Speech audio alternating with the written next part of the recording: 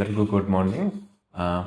ದೇವರು ಇವತ್ತು ಒಂದು ಒಳ್ಳೆ ದಿನವನ್ನು ನಮಗೆ ಕೊಟ್ಟಿರೋದ್ರಿಂದ ನಾವೆಲ್ಲ ಒಂದು ಕಾಫಿ ಜೊತೆ ಮತ್ತು ದೇವ್ರ ಜೊತೆ ಈ ದಿನವನ್ನು ಪ್ರಾರಂಭ ಮಾಡೋಣ. ಹಾಗೆ ಚಿಕ್ಕದಾಗಿ ನಾವೊಂದು ವಾಕ್ಯವನ್ನು ಕೇಳೋಣ.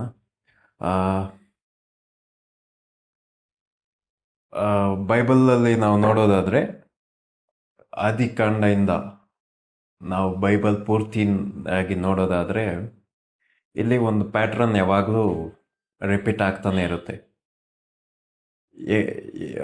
ಯಾವುದು ಅದು ಪ್ಯಾಟ್ರನ್, ಅದೇನು ಪ್ಯಾಟ್ರನ್ ಅಂತ ಅಂದರೆ ಯಾವಾಗಲೂ ಅಷ್ಟೇ ದೇವ್ರನ್ನ ನಮ್ಮನ್ನು ದೂರ ಮಾಡೋ ಒಂದು ಪ್ಯಾಟ್ರನ್ ಇರುತ್ತೆ.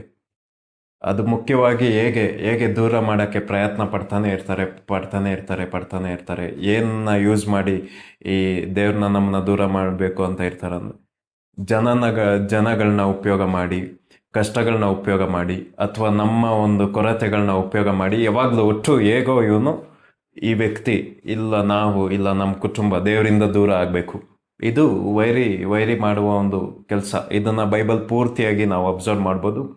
ಇದೇ ಥರ ಒಂದು ಸಂದರ್ಭ ಎಲ್ಲಿದೆ ಅಂದರೆ 1 ಸ್ಯಾಮ್ಯುಯೇಲ 4 1 ಸ್ಯಾಮ್ಯುಯೇಲ 5ರಲ್ಲಿ ಏನಿದೆ ಅಂದರೆ ಇಲ್ಲಿ ಇಸ್ರಾಯೇಲ್ಗೆ ವಿರೋಧವಾಗಿ ಯುದ್ಧಕ್ಕೆ ಬರ್ತಾರೆ. ಫಿಲಿಸ್ಟೈನ್ಸ್ ಅವರು ಯುದ್ಧಕ್ಕೆ ಬರ್ತಾರೆ. ಯುದ್ಧ ಬಂದು ಅವರು ಯುದ್ಧವನ್ನು ಗೆದ್ಬಿಟ್ಟು ಏನು ಮಾಡಿಬಿಡ್ತಾರೆ, ಮಂಜೂಷದ ಪೆಟ್ಟಿಗೆಯನ್ನು ಎತ್ಕೊಂಡು ಹೋಗ್ಬಿಟ್ಟು ಅವ್ರ ಊರುಗಳಲ್ಲಿ ಇಟ್ಕೊಂಡ್ಬಿಡ್ತಾರೆ. ಊರಲ್ಲಿ ಇಟ್ಕೊಳ್ಳೋದಷ್ಟೇ ಅಲ್ಲ, ಇಸ್ರಾಯೇಲ್ ಜನಕ್ಕೆ ಈ ಮಂಜೂಷ ಪೆಟ್ಟಿಗೆನೇ ಸಿಗಬಾರ್ದು ಅಂದ್ಬಿಟ್ಟು ಏನು ಮಾಡ್ತಾರೆ, ಅವರ ಒಂದು ಟೆಂಪಲಲ್ಲಿ ಇಡ್ತಾರೆ. ಡ್ಯಾಗನ್ನ ಒಂದು ಟೆಂಪಲ್, ಡ್ಯಾಗನ್ನ ಒಂದು ಅವರ ಒಂದು ದೇವರ ಒಂದು ದೇವಸ್ಥಾನದಲ್ಲಿ ಇಡ್ತಾರೆ. ಇದೆಲ್ಲ ಏನಕ್ಕಾಗಿ ಇವರು ಮಂಜೂಷ ಪೆಟ್ಟಿಗೆನ ಕಿತ್ಕೊಂಡೋಗಿ ಅಲ್ಲಿ ಇಡ್ತಾರೆ ಅಂದರೆ ಇವರು ಒಟ್ಟಿಗೆ ಇರಬಾರ್ದು.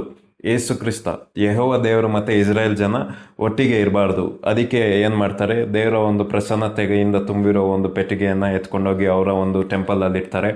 ಅಲ್ಲಿ ಕೂಡ ದೇವರು ಸುಮ್ಮನೆ ಇರೋದಿಲ್ಲ.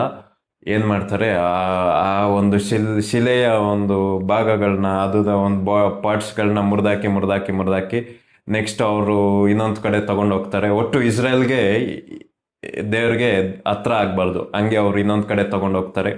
ದೇವರ ಕೈ ಅವ್ರ ಮೇಲೆ ಹೆವಿಯಾಗಿ ಶಿಕ್ಷೆ ಕೊಡೋಕ್ಕೆ ಸ್ಟಾರ್ಟ್ ಮಾಡುತ್ತೆ. ಒಟ್ಟು ಇದೆಲ್ಲ ನಾವು ನೋಡ್ತಾ ಇದ್ರೆ ಲಾಸ್ಟ್ ಹೆಂಗೆ ಈ ಕತೆ ಮುಗಿಯುತ್ತೆ ಅಂದರೆ ಅವ್ರು ಬಿಟ್ಟುಬಿಡ್ತಾರೆ ಮಂಜೂಷ ಪೆಟ್ಟಿಗೆನ ಇಸ್ರೇಲ್ಗೆ ಹೋಗಿ ಸೇರಲಿ ಅಂತ. ನಾನೇನು ಹೇಳೋಕ್ಕೆ ಇಷ್ಟಪಡ್ತಾ ಇದ್ದೀನಿ ಇವತ್ತು ಈ ಬೆಳಿಗ್ಗೆ ಏನು ಹೇಳೋಕ್ಕೆ ಇಷ್ಟಪಡ್ತಾ ಇದ್ದೀನಿ ಅಂದರೆ, ದೇವ್ರನ್ನ ನಮ್ಮನ್ನ ದೂರ ಮಾಡೋ ಸಂದರ್ಭಗಳು ಬರ್ಬೋದು, ದೇವ್ರನ್ನ ನಮ್ಮನ್ನ ದೂರ ಮಾಡೋ ಜನಗಳಿರ್ಬೋದು.